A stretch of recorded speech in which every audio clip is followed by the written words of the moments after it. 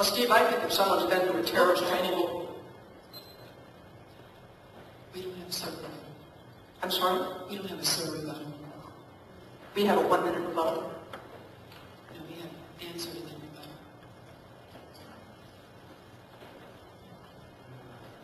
Then on to the next question. They're each supposed to have rebuttals on each question. Okay. There are 2-minute answers and 1-minute rebuttal. No. I don't have a paper with me, but it's just a 2-minute rebuttal. Okay. Question number 2. So, Steve Pierce? Amongst the rules. That I have asked them last week to do it exactly the way you said. Their answer was no. We will go with the rules that they have set. So you must take that up with them. Okay. question, I just asked, Congressman.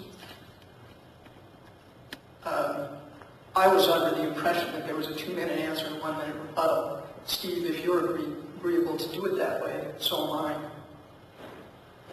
I'm not running the debate. People here. I know, but you're a candidate for the Senate, and if you'd like to do it that way, I am open to doing so. If you, I think that's in some ways up to us, but if that's not my understanding of the way the debate is set up.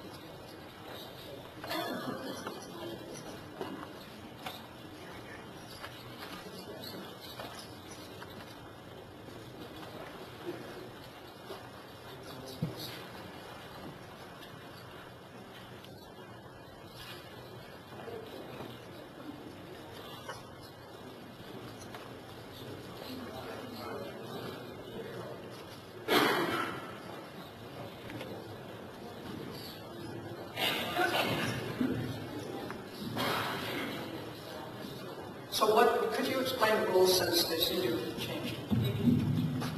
Give the question. The person that has a question has a 2-minute response, and then the other candidate has a 1-minute rebuttal, and we go into a discussion. And then you have 5 minutes. Thank you. Okay. Question number 2. Sorry, that was misunderstood. Congressman Pierce, state at least, this concerns gasoline prices.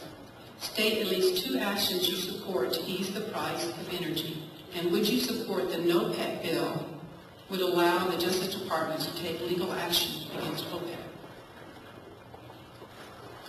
First of all, as far as the price of gasoline, I grew up in the energy business. My wife and I ran a company that's helped produce oil and gas. We know where it comes from. We know how hard it is to produce. I know how that gasoline is manufactured and refined. When we set energy policies in this country, we have to understand that we are either accelerating our economy or we're destroying our economy. And right now, we're doing things that are very detrimental to our economy. We may wish that we had a wind economy and a solar economy, but we do not. We drove cars here tonight that use oil and gas, and there is only one way to lower the price of gasoline, and that is to drill for more oil. I've been a constant voice in Washington that says we must drill. If we want the long term, then let's have long-term conversion. But we're 20 and 30 years away from wind, solar, nuclear, any of those potentials. So at the moment, we must put oil wells. I think in Anwar, I voted to drill on the Outer Continental Shelf. Both of these votes are, again, differences. Heather has voted against Anwar. She's also voted against drilling in the Outer Continental Shelf. We cannot conserve our way to a stable price. That only comes from increased supply. An increased demand is faced throughout the world, and I would support more production. There are limited things that we can do on conservation, but they're very limited. The technology lies beyond us. As far as taking action against OPEC, if we would produce more oil. I think today, if we would make the declaration that we're willing to produce in the Outer Continental Shelf, I think OPEC would begin to open the taps and begin to produce more oil today. As far as a total reaction against them, we have to remember that most of those countries are our friends. If I could, I would stop buying from Hugo Chavez today, but we must drill for more oil on American soil. We need a balanced long-term energy policy for this country that includes production of American-made energy here at home, conservation so that we get more out of a gallon of gasoline, and research into next-generation path-breaking technologies that will eventually get us beyond the gasoline engine. But let me correct a few facts. I supported exploration in Alaska. In fact, I'm the one who offered the amendment to allow it to go forward in 2001 in the energy bill before you were elected to the Congress, Steve. And I also am a co-sponsor of legislation to open the Outer Continental Shelf to energy exploration, as well as the East and West Coast. I'm a strong supporter of production of American energy. I'm also a strong supporter of conservation. And the December 2007 energy bill, which was a peak diminishing energy bill that increased CAFE standards, fuel standards, so we could get 40% more miles to the gallon for gasoline. I supported that diminishing energy bill. It passed the Senate 86-8 and was signed by the President of the United States, and you voted against it. Question number 3, the decline of education in America.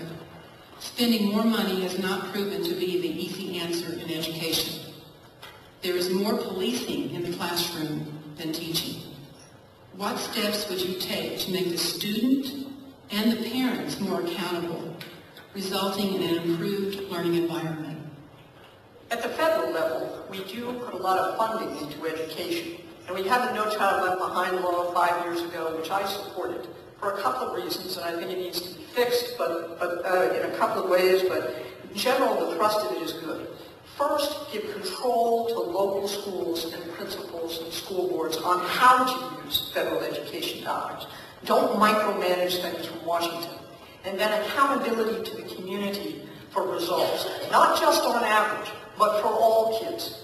We have seen in the last 5 years more improvements in reading scores for kids kindergarten to 3. In the last 5 years, more improvements in achievement than we saw in the previous 30 years. So this focus on achievement is having some positive results. But I think that we also need to focus on family support for education. Now, it's always very easy to criticize the schools and say, what are the schools doing? Well, sometimes I think as public leaders, we also need to look in the mirror. A child's first and most important teacher is a parent. And parental involvement in school, combined with a very well-trained teacher, gets you halfway there to having an excellent school. Now, since I have a little more time, I'm going to correct something that happened before. Steve mentioned that I supported terrorist training camps